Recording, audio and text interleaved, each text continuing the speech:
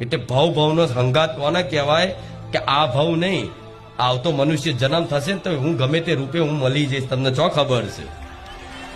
પણ જો લગીન તમારું કલ્યાણ ના થાય તો લગીન હું મેલડી તમને છોડું. આના માતા કહેવાય.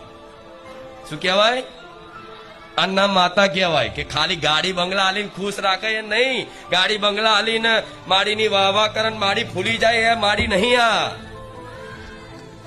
કે ગાડી લઈ આલીને ખુખાર મેલડીના વખાણ કરવા માંડ્યા, ખુખાર મેલડી હોભરે છે, વખાણથી ફૂલે છે. આ એ ખુખાર મેલડી નહીં, આ એ રોમવારી મેલડી છે કે ભવ સુધી તમારો સાથ નહીં છોડે.